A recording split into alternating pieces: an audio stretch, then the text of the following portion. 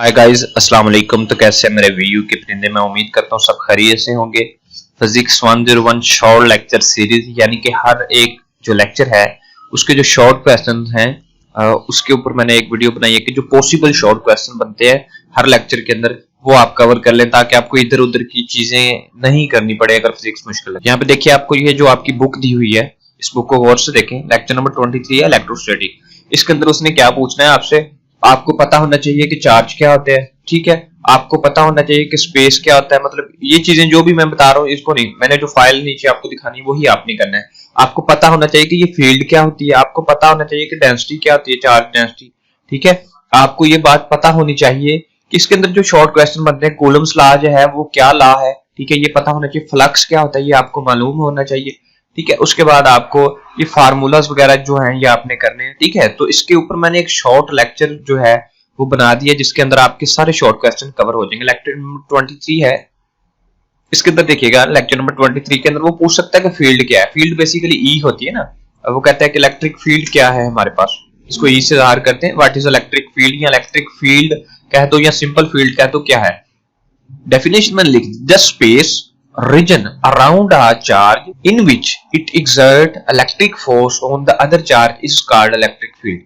मतलब कि यहाँ पे मैं आपको पेड़ पे दिखाता हूँ कि मेरे पास ये एक चार्ज है, ठीक है। ये कोई चार्ज क्यू है, ये एक कोई चार्ज क्यू है, ठीक है। और ये कोई दूसरा चार्ज क्यू है। अगर ये एक चार्ज किसी दूसरे चार्ज के अंदर कितनी दूर तक, यानी कि इसका मतलब है ये एक चार्ज मैं पकड़ता हूँ, इसका ये वाला जो एरिया, ये वाला एरिया जो किसी दूसरे चार्ज को अपने साथ कशिश की कुव्वत डाल सकता है या रिफ्लेक्ट कर सकता है, यानी कि वो जो रीजन है किसी एक चार्ज के गिर्द, वो रीजन जिस रीजन की मौजूदगी में किसी दूसरे चार्ज पे ये इफेक्ट कर सकता है, खींच सकता है, कुछ भी कर सकता है, उसको उसकी फील्ड कहते हैं, ठीक है। यानी कि इसकी इतनी सी फील्ड है। यही उस पे मैंने लिखा है कि the space region around the charge in which it exert electric force on other charge is called electric field, ठीक है। इस चार्ज की ये जो गिर्द है ये इलेक्ट्रिक फील्ड है।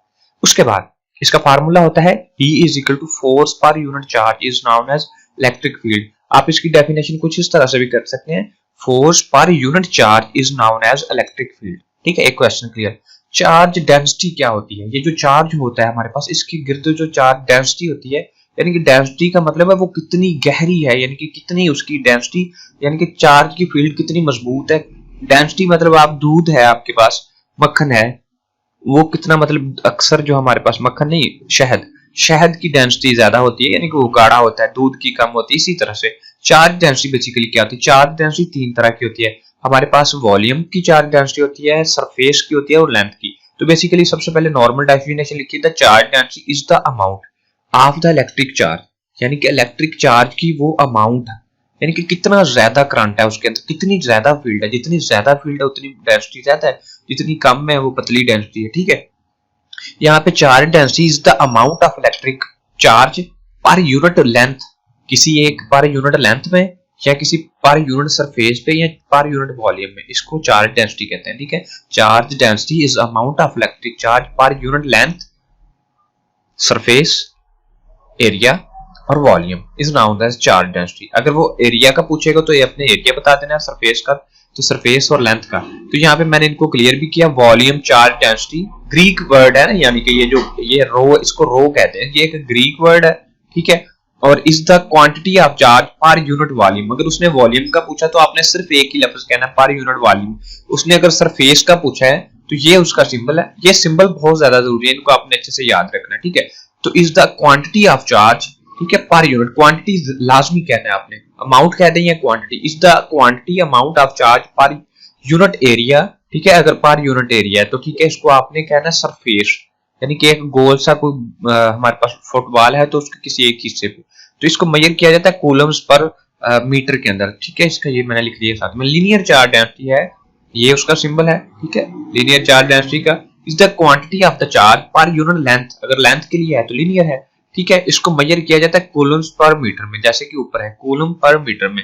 यहाँ पे एम इनवर्स में 1 है और वहां पे 2 था। ये थोड़ी गहरी बात है, इसको छोड़ दी कि आपने डेफिनेशन करनी है अच्छे से।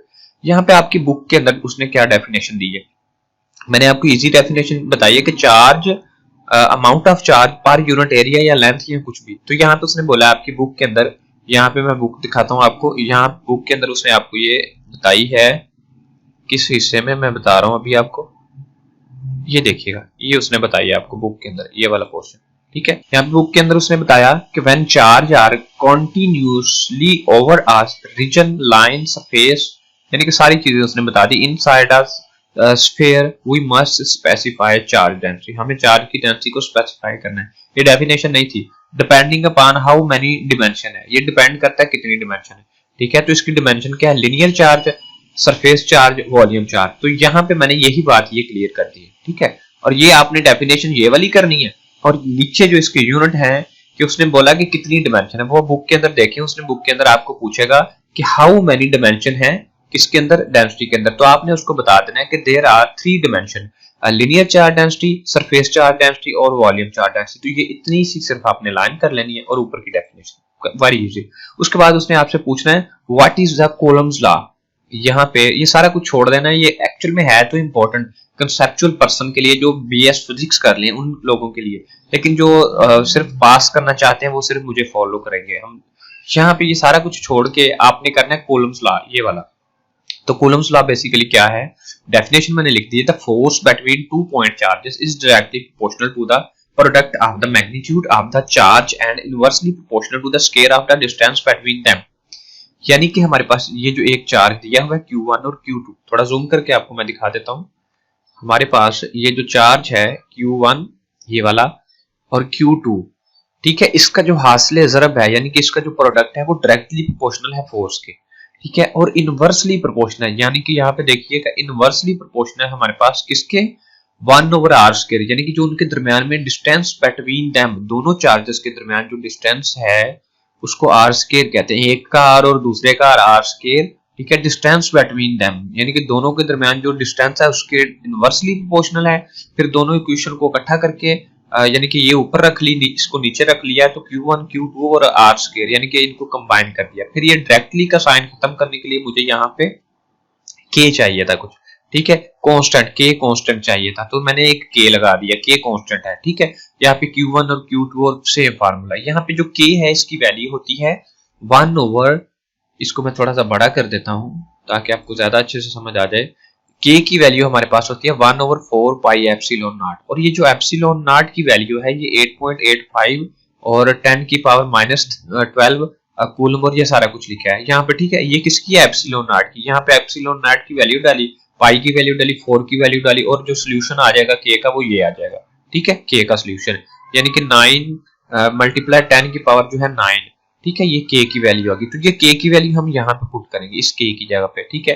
तो हमें ये जो फाइनल रिजल्ट मिल जाता है, लेकिन आपने वैल्यू नहीं पुट करनी, आपको सिर्फ बताया समझाने के लिए कि f जो हमारे पास होता है वो 1/4 पाई एप्सिलॉन नॉट है, जो कि आपने ये डायरेक्टली लिख देना k की जगह पे यहाँ पे, और आगे Q1 Q2 और r², ठीक है। तो अगर वो आपसे पूछता है कि व्हाट इज द, यहाँ पे पूछते हैं व्हाट इज कूलम्स लॉ, तो आपने कहना है फोर्स बिटवीन दो चार्जेस के दरमियान डायरेक्टली प्रोपोर्शनल होती है, ये लिखा है। और प्रोडक्ट यानी कि उन दोनों का प्रोडक्ट का जो मैग्नीट्यूड है ना चार्जेस, उसके डायरेक्टली प्रोपोर्शनल होती है एंड इनवर्सली प्रोपोर्शनल होती है उनके दरमियान जो डिस्टेंस है। तो ये कूलम्स लॉ होता है, ये आपने पूरी मैथमेटिकल फॉर्म उसको लिख देनी।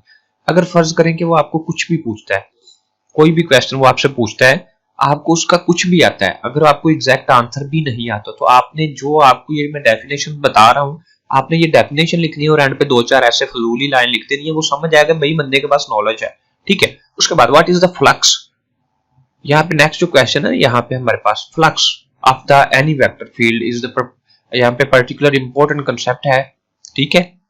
Flow of the penetration of the field vector through the imaginary surface, यहाँ पे आप ये डेफिनेशन कर सकते हैं ये वाली, अदरवाइज मैंने इजी डेफिनेशन लिख दिया है कि फ्लक्स बेसिकली क्या था। फ्लक्स इज लतीन वर्ड है, ठीक है, जिसका मतलब होता है फ्लो ऑफ इलेक्ट्रोस्टैटिक, मतलब कि हमारे पास जो चार्जेस होते हैं ना उनका जो फ्लो होता है, फ्लो इन द इलेक्ट्रोस्टैटिक के अंदर फ्लो को लतीन वर्ड में फ्लक्स कहते हैं, ठीक है। पहली तो बात ये फ्लो है ये चार्जेस का। उसके बाद इसको डिफाइन कुछ इस तरह किया, number of the field line passing through the certain area element is called electric flux of through that area, यानी कि उस एरिया का यानी कि उसको फ्लक्स कहते हैं। मतलब कि एक किसी खास हिस्से से, किसी खास जगह से इलेक्ट्रिक फील्ड लाइन गुजर रही है, तो उस हिस्से से गुजरने वाले फ्लो को हम इलेक्ट्रिक फ्लक्स कहेंगे, ठीक है। ये फ्लक्स था, इलेक्ट्रिक फ्लक्स पूछेगा या उसकी इलेक्ट्रिक फ्लक्स या नॉर्मल फ्लक्स पूछेगा।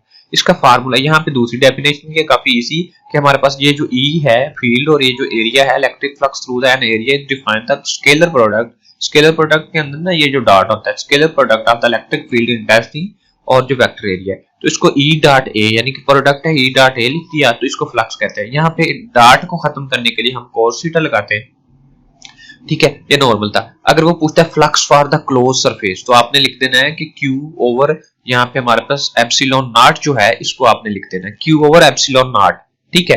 अगर वो पूछता है क्लोज सरफेस के लिए, अगर वो नॉर्मल पूछता है ये लिखना, ठीक है। What is the maximum flux, अब ये जो कोज है ना, कोज का जो एंगल है वो एंगल से पता लगता है कि मैक्सिमम है या मिनिमम है, ठीक है। तो अगर वो पूछता है what is the maximum flux, what is the minimum flux, तो आपने लिखना है सबसे पहले थीटा E डॉट ए, फिर आपने लिखना है E A cos थीटा, वही ऊपर वाला, ठीक है। आपने थीटा अगर 90 डिग्री आपने पुट किया तो थीटा जो 90 डिग्री पे हमारे पास जीरो होता है, थीटा 90 डिग्री पे क्या होता है जीरो, तो आपने जब cos 90 करना है तो आपके पास cos 90 जो है वो हमारे पास जीरो हो जाता है, तो ये मिनिमम फ्लक्स होगा। लेकिन जब आप cos जो है वो जीरो पुट करेंगे, ठीक है, तो cos 0 1 होता है, तो मैक्सिमम फ्लक्स काफी इजी है ये। उसके बाद डिफाइन पूछेगा, यहाँ पे ये मैं सारी चीजें यहाँ से उठा रहा हूँ आपकी, ये फ्लक्स था, ठीक है। ये फ्लक्स की जो डेफिनेशन मैंने लिखी हुई है, मैंने सारा ये आपकी बुक से ही बनाया है, कुछ भी ऐसा नहीं है, ठीक है, कि ये कहां से आया कहां से नहीं, ये आप सारा खुद भी पढ़ सकते हैं। यहाँ पे देखिए आपने कोशिश करनी है कि ये वाले फार्मूले अच्छे से करने हैं।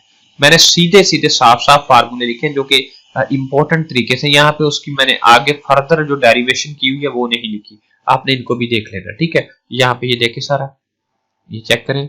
अब ये देखें क्लोज सरफेस के लिए मैंने आपको डायरेक्टली बता दी है, ठीक है, और आपने डायरेक्टली कर लेना है। यहाँ पे हमारे पास गॉसेस लॉ जो है इसको भी नेक्स्ट देखेंगे, ठीक है। Define Gauss's law, the total electric flux, आप सिर्फ बुक से उठा रहा हूं, बुक पे लिखा हुआ है total electric flux having the close surface is equal to charge enclosed by the surface, यानी कि हमारे पास total electric flux having close surface is equal to the charge enclosed by, यानी कि किसी बंद चार्ज के अंदर, यानी कि कोई मतलब हमारे पास बॉल है, ठीक है, वो कहता है कि उसका जो टोटल फ्लक्स है क्लोज सरफेस के अंदर is equal to the charge enclosed by the surface, यानी कि उस सरफेस के अंदर जितने चार्जेस मौजूद हैं उन्हीं के इक्वल होता है। तो इसको कहता है कि हम इसको लिखते हैं डिवाइडेड बाय सरफेस, और यहाँ पे ये कीवर्ड इसके साथ ही लिखेंगे ताकि ज्यादा समझ आए, closed by the surface divided by the epsilon naught. तो फार्मूला होता है हमारे पास गॉसेस लॉ का, flux is equal to 1 over epsilon naught, ये गॉसेस लॉ का फार्मूला, याद रहे बात, भूल नहीं जाना।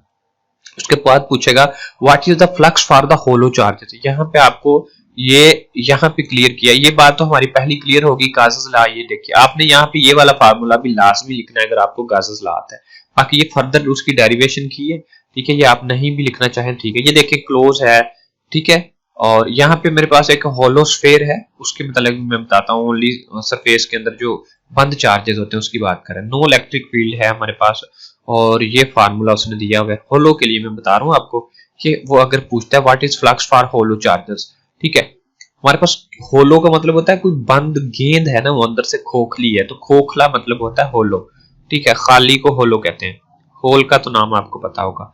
तो क्यू हमारे पास जीरो है क्योंकि होलो है, ठीक है, चार्ज सरफेस जो है उसकी जीरो है, ठीक है, होलो है इस वजह से उसके अंदर जो चार्ज की मकदार है वो जीरो है।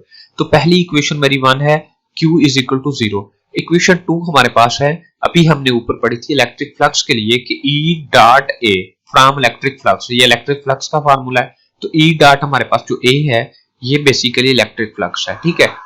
उसके बाद हमारे पास थर्ड फार्मूला होता है जो कि अभी हमने ऊपर पढ़ा था, ये वाला जो क्लोज सरफेस के लिए या मतलब किसी भी, तो यहाँ पे हमारे पास जो फ्लक्स है Q ओवर एप्सिलॉन नॉट, यानी कि अगर कोई क्लोज चार्जेस मौजूद हैं तो ओवर एप्सिलॉन नॉट, इसको हमने अभी गॉसेस लॉ के मुताबिक पढ़ा था। तो हमारे पास यहाँ पे 3 इक्वेशंस हैं। अगर मैं आपको गौर से समझाऊं कि ये जो फ्लक्स है ये वाला, इसकी जगह पे मैंने इस Q की जगह पे ये 0 पुट कर दिया, तो ये सारी वैल्यू 0 हो जाएगी, फ्लक्स हो गया 0, तो ये 0 की वैल्यू मैं यहाँ पे पुट करूंगा, तो ये जो E डॉट A है ये 0 हो जाएगा, यानी कि E डॉट A जो है ये इक्वल टू यहाँ पे 0 पुट किया तो 0 हो गया, तो इट्स मीन जो हमारे पास E है वो 0 है। तो यही बात कहने का मतलब है कि जब इलेक्ट्रिक फ्लक्स होलो चार्जेस होते हैं तो उसमें इलेक्ट्रिक फील्ड लाइंस नहीं होती, यही बात है कि हमारे पास जो E है वो हमारे पास यहाँ पे 0 हो जाता है सेंटर में, इलेक्ट्रिक फ्लक्स जो है वो हमारे पास Q इनक्लोज जो 0 है, तो there is no electric field, तो हमारे पास कोई इलेक्ट्रिक फील्ड नहीं होगी, ठीक है, अगर वो पूछता है। बेसिकली इस चैप्टर से बहुत ज्यादा इंपॉर्टेंट कोई शॉर्ट क्वेश्चन वो उठाएगा नहीं, मुझे यकीन है लेकिन आपने काफी इजी मैंने करके बता दिया, आपने कर लिया। ठीक है, ये हमारा लेक्चर नंबर 23 था और नेक्स्ट जो है लेक्चर नंबर 24 अपलोड करते हैं और 23 के अंदर रिपीट कर देता हूँ एक बार फिर। व्हाट इज इलेक्ट्रिक फ्लक्स, वो और से देख लें। Define Gauss law, what is the maximum and minimum flux, what is the flux, what is the Coulomb's law, define charge density और डिफाइन इलेक्ट्रिक फील्ड। तो ये हमारी जो फाइल है बहुत ही इंपॉर्टेंट फाइल है, मैंने बहुत स्ट्रगल से बनाई है, बहुत टाइम वेस्ट करती है ये, यानी कि मेरा इस फाइल को बनाने पे घंटा जो है वो जाया हो गया है, क्योंकि ये मैथ के ऊपर यहाँ पे लिखना और फिर लिख के इसको टाइप करना। तो प्लीज लाइक कीजिएगा, चैनल को सब्सक्राइब कीजिएगा और दुआ कीजिएगा कि मैं नेक्स्ट भी ये बना पाऊँ। मुझे लग नहीं रहा कि मैं नेक्स्ट लेक्चर बना पाऊँ, लेकिन मैं इंशाल्लाह कोशिश करूंगा, क्योंकि मुझे उम्मीद है कि आप इसको शेयर भी करेंगे, लाइक भी करेंगे और सब्सक्राइब भी करेंगे। तो मिलते हैं अगली वीडियो में, तब तक के लिए इजाजत है। अल्लाह हाफिज़, अल्लाह के बाद।